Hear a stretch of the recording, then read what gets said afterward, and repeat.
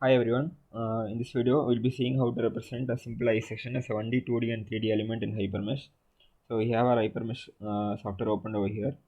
The first step we are going to do is we are going to import the CAD model. So the import options will be over here. You can see over here that in this drop-down menu we have a lot of options to import.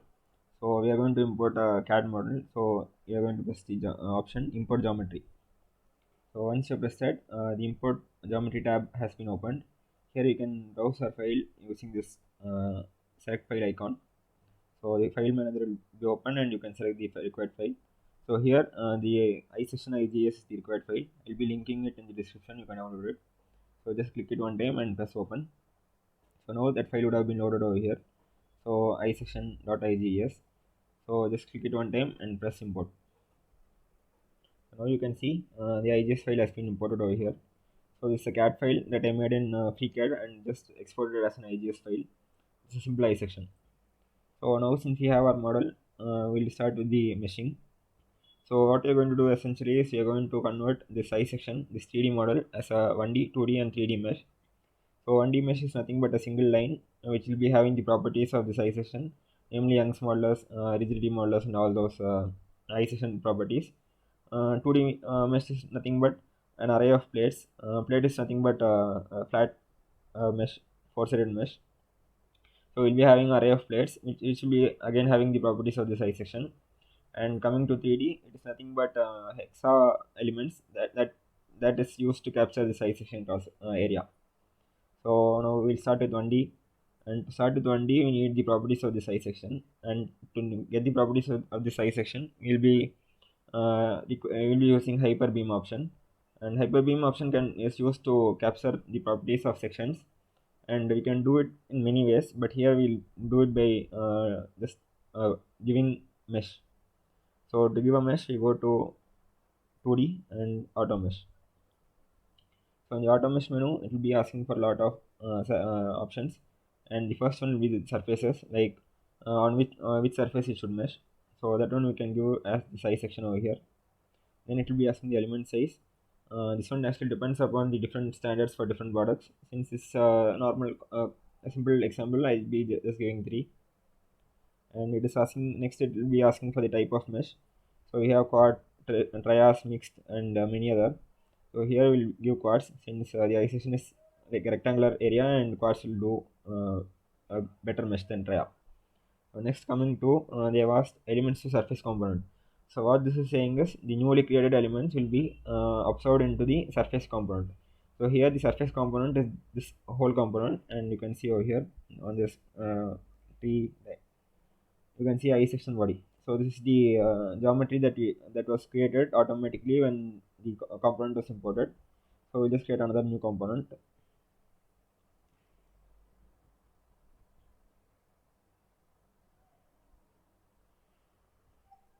The color, we can specify the color also, but it depends upon the user requirement. Um, okay, so I have created a new component I section, and now if you see means we can just change this as elements to current component. So now what it will do is like it will actually transfer the newly created mesh into the current component, which is I section 2. So to check the current component, you can just go down over here and see I section. So this is the name of the current component, and I think that process the surface got deselected, so we'll just select it again. So this is the reselect button over here. You can just do and it will get reset. Like the selection will get reset. Now again you can set the surface over here. So you have selected the surface, element size, type of mesh, and elements to current component. Now if we can give the mesh option over here. So it has been meshed. I'll just give return. So now you can see that we have got our mesh. Toggle it.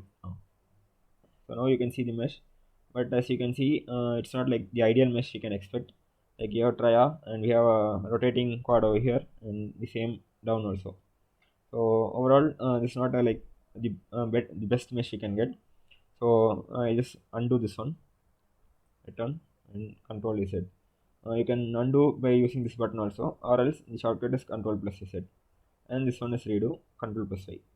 So now, as we saw, automation is not working perfectly as we expected.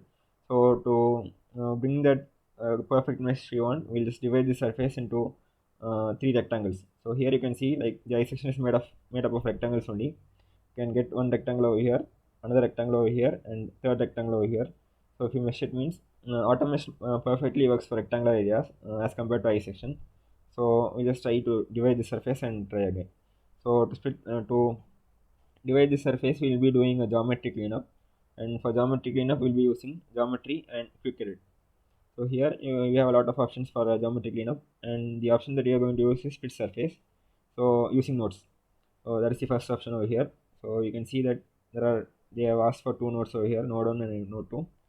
So if you select these two nodes, the surface gets split accordingly. So the first node I selected over here, and second node I have given over here, and as you can see, the surface has got split over here. Similarly, down also you can do, and now you get three rectangles. I just go back, and now you can see the I section has been divided into rectangles. So now we'll just try an AutoMesh and see how the quality comes. So select the all the surfaces that you require, element size, quartz, and element to current component. Now we'll just try a mesh. I just give it return. So now as you can see, the mesh is much more better. Like the flow is maintained, and overall it is the best mesh you could guess, I guess. So meshing is done. I'll just give return, and now you can see that we have created the I section. So now we can proceed with capturing the properties of this I section over here. So to do that, we'll just give hyperbeam. So we go to 1D and we go to hyperbeam. So in this hyperbeam, they'll be asking like a lot of there'll be a lot of options over here. So we'll be giving solid section over here because this I section is a solid, and so we'll be giving solid section. And then it will be asking for lines like the boundary of this I section. Since you already created a mesh, we'll be giving elements. So so I have selected elements over here, and now we can proceed with selecting the elements. So like we have to select all the elements. We can do it simply by selecting one of the elements, and we can just right click over here, and here the selection menu, and here we can select the by face. So now what it does is it just selects the elements that is lying in the same face as the first element. So it just selects all the elements over here, and we have the selection done. Then if you proceed means you will see an option known as create node at centered. So this one I will be checking it over here. It will be useful in the future. I'll just get back to it. Then these options are nothing to toggle as of now, and you can just proceed create. So now if you see means the hyperbeam window will be open. Like it is actually another small package of the same software. This thing HyperWorks. So here you can see that it has taken the mesh that you have given to it, and it has extracted all the properties that is required of the I section. So here a lot of centroid, local ZC, YC, and all those things, moment of inertia and everything that is required for the I section. So this is the I section property that has been created over here. Since you created it, we'll go back and proceed with the mesh. And again it opens hypermesh, and here you can see that that property has been added over here. So we just drop it down and just rename it.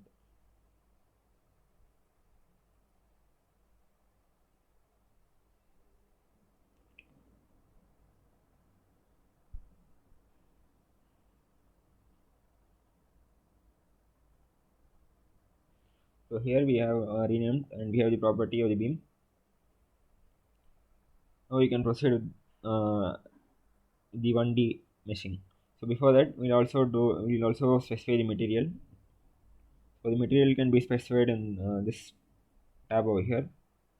So it is asking the material name. You can give.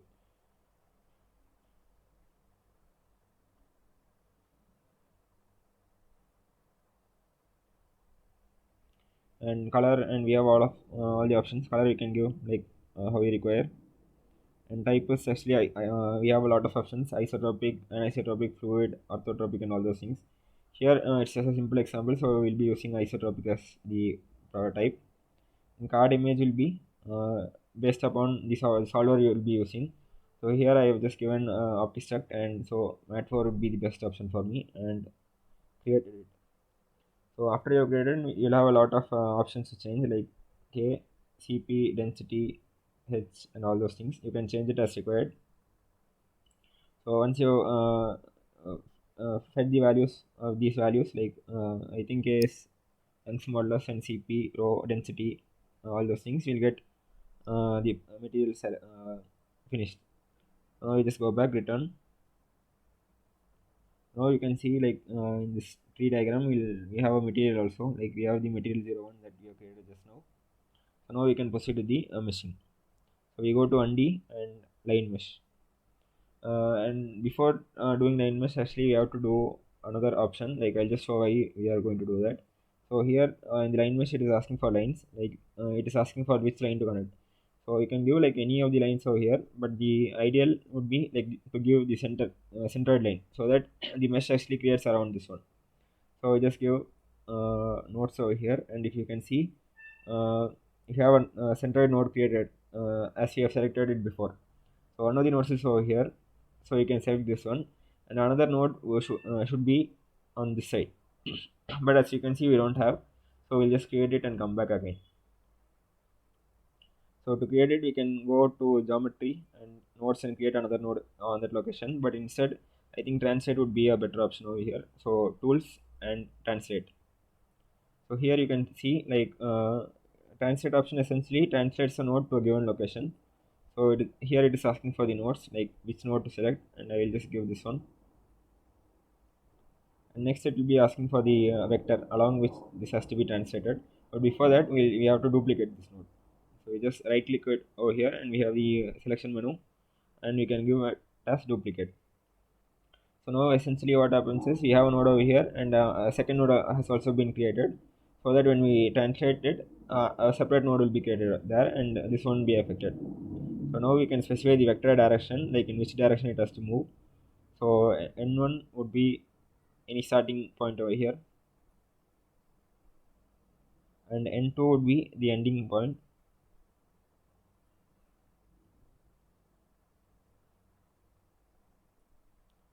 and n3 is optional, but you can give it when you have a separate plane, so that you can specify. Then you have an option known as magnitude. We'll just change it to magnitude n2 minus n1. So what this option signifies is this node will be moved along the direction of these two vectors on a distance specified by n2 minus n1. So essentially it's this line. So n2 minus n1 will be the length of this line, and this node will be translated to that end. So magnitude is given, scale is 1, and now we can give translate plus. So now you can see a node has been created over here. So now we can proceed with the line mesh, undo and line mesh. So again, it is asking for a node list. We'll just give the first node and second node that you have created as now.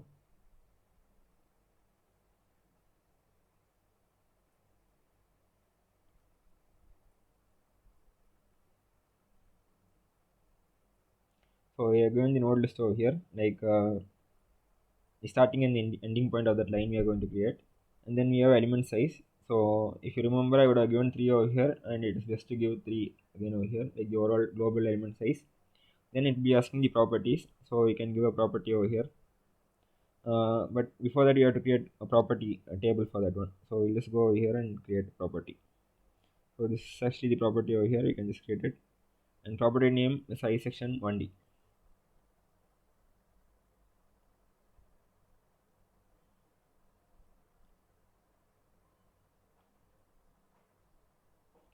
And color, it depends upon the use. If we can give any of them, and type will be 1D, and card image will be prod or pbeam. Since this is a beam, we can give like any of them. Both are same. So I'll be giving prod, and material will be like I already made a material over here, and beam section. This is where the that solid section property will be used. So this one is actually the property inside this one. You can see over here. Solid section 0. So you can just select this one, and so you can define the property over here. So and we can just create edit. So now we have a lot of properties over here. These are not we don't have to toggle with that, because we have already created a beam section and then we are done. So all the properties would have been inputted already. So we can go back over here and come back to the node list. So like line mesh.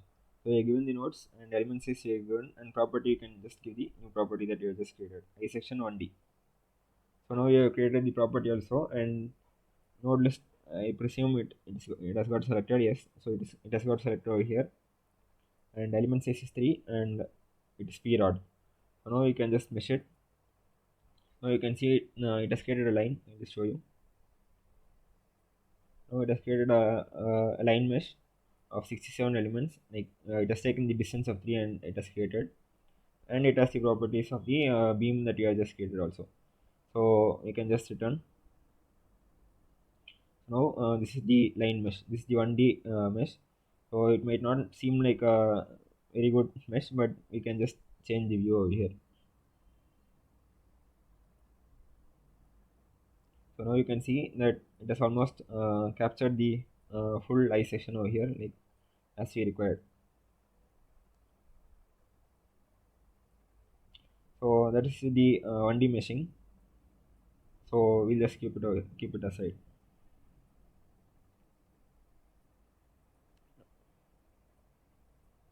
Now for the 2D meshing, so as I said in 2D meshing we'll be doing an array of plates in the form of an eye, and we'll be applying a thickness to it so that it captures this eye section over here. So to create an array of uh, plates over here, we will be using the option mid surface. So before that, I'll just create another new component. Just go here and create.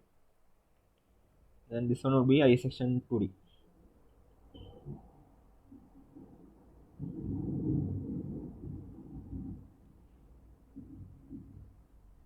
Again, the color you can just change as you require. Like try to keep it as a dull color so that it won't affect the eyes too much. So we have created a new component eye section 2D, and this one I'll just name it as eye section 3D. Okay. Eye section 2D. Then we can continue the mid surface. So the mid surface will be in geometry mid surface. So now you can see the mid surface option has been enabled, and here it is asking for the surface, like where to create mid surface it is asking. We can just select this one. As you can see, if I select one of the surfaces, all the surface has been selected. That is because you are given close solid, so you can change it and select individually as you require. And you have extraction options also, like on which type it has to take and all those things. It depends. Like for the simple example, this uh, offset plane sweep would be sufficient. So we go back to auto extrusion, and the surface we have just selected close solid, and we can just extract. So now you can see it has extracted the mid surface. So I'll just unhide this part. So now you can see, like, it's a 2D representation of that eye section. The only thing missing is the properties. Like it has created the surface, but it does not have any properties. So the next thing we have to do is we have to apply properties to this one. So we can just return back. And before that will be we cannot apply properties to surfaces. We have to mesh it one time, and we have to apply properties to that mesh elements. So to mesh again, I guess you will be remembering it is 2D and auto mesh. You can just select everything. Like if you can see, means all of them are just rectangular components. So auto mesh would result in like the best ideal mesh possible. So I just selected all the surfaces over here. The element size is 3 and mesh type is quartz, and elements to current component. So here the current component is size section 2D. So I have just created, and I'll just press mesh. Now if you see, means it has been meshed, like auto mesh has been done. You can change the number of elements if you require, like in any such cases, but since it's auto mesh, it will be like the ideal. So you created, and we just return. So now you can see the meshed elements have been passed on to the eye section 2D surface. Uh, Here, like, you have another thing known as middle surface. So this one is actually the surface component that was formed when we did a mid surface. So that will be like a separate surface. You can change it, or you can just leave it as such. You won't be requiring that one as of now, since all the elements have been gone to eye section 2D. So half of it is done. Now next step is to apply the properties. So we just go return, and we just create a new property. So here you can see, like, the default of the previous properties have been set. We just change it.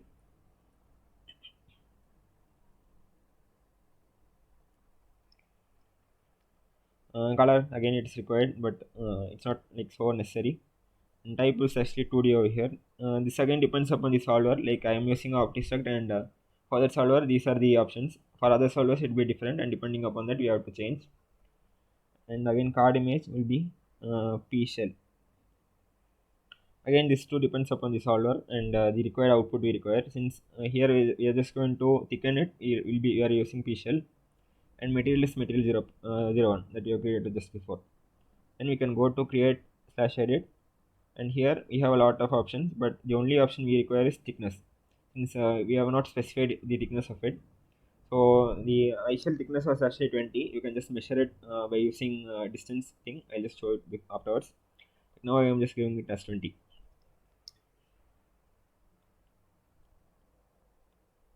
So I have given the 20 and I'll just return.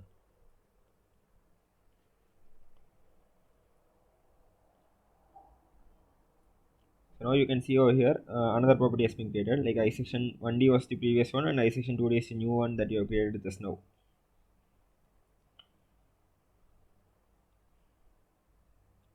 So now the next thing is like I told you, like I had given 20 just by because I have drawn the part. But if you want to measure means you can just go over here. Uh,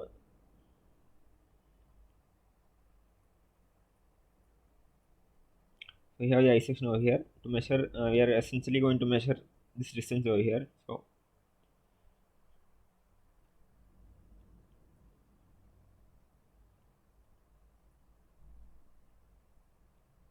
So the distance option is in geometry and distance. So it will be asking like two nodes, N1 and N2 for the distance to measure. So this one will be, oh sorry. So as you can see over here, like there are no nodes over here, but these are actually points. So to go to points, you have to change the option as 2 points, and point 1 would be this one, and point 2 would be this two. Now you can see the distance is actually 20. So that's why I had given 20. Like I had known it before, but to measure it again, you have to go for distance and just measure these 2 points. And you can just return and just unhide these things.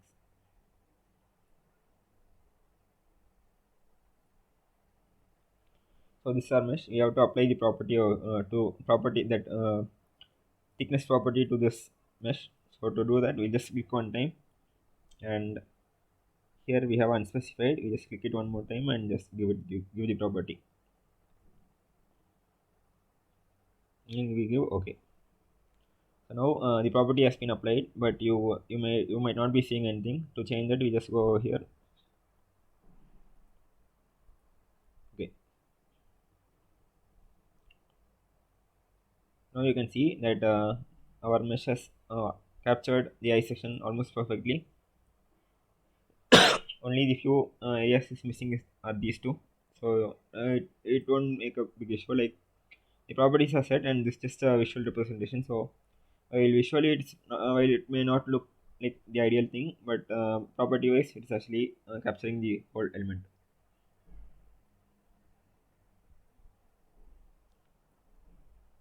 So that is 2D capturing.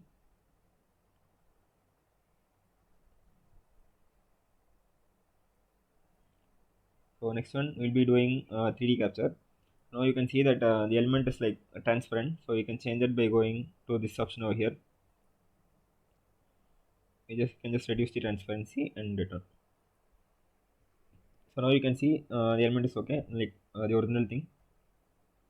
And now for 3D meshing, like it is essentially we are going to uh, solid drag a mesh that you have created over here, so that it forms a 3D hexa mesh.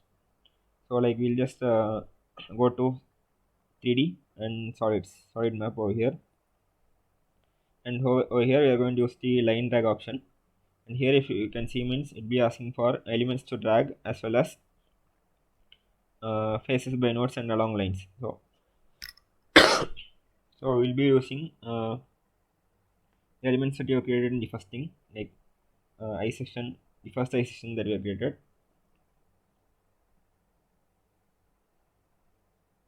Or else I think it is better to create a new mesh. So again 2D and auto mesh, just select the surfaces.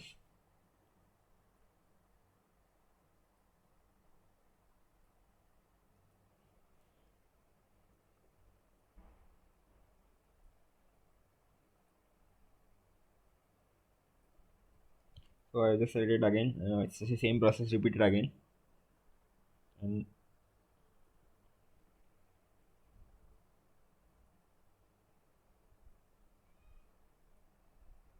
okay, so here if you can see means it's actually the meshed elements has went to the iSection 2D thing, but that is not what we require. We need a separate component. So I'll just create a new one.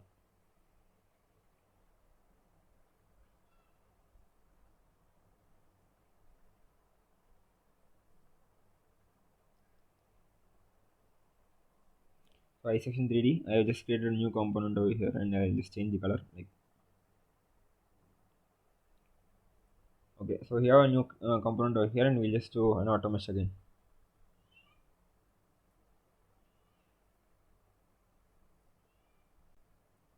So I will select the required surface and element size, type of mesh, and element to current component.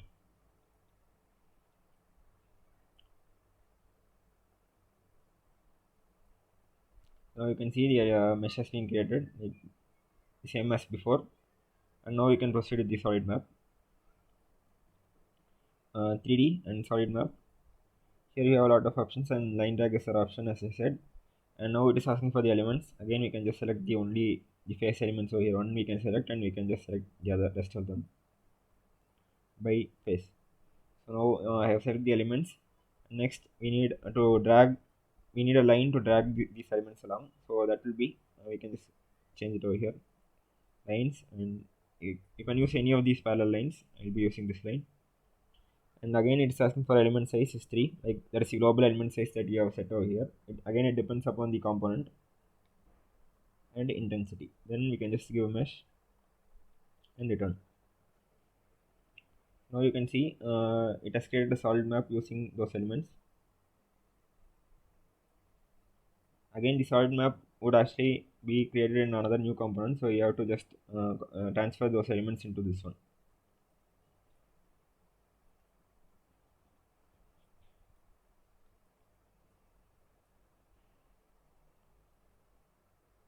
So now to transfer, we have to go for tools and organize. So here this organize menu is actually used to transfer elements between components. So here it is asking for the elements to transfer. So it's ideally everything, and it is asking for the destination component, like to which component it has to transfer. So iSection 3D and move.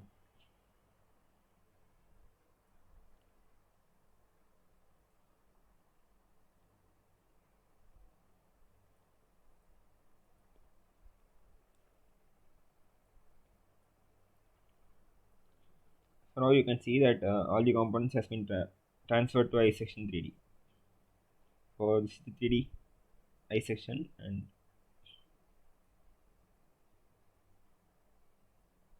and 2D iSection.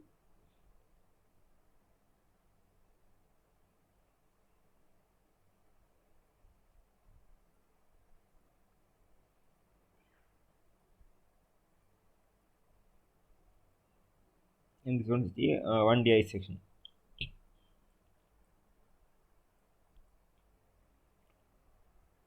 So that's all. Like you have just seen like, how to represent a simple iSection as 1D, 2D, and 3D. So that's all.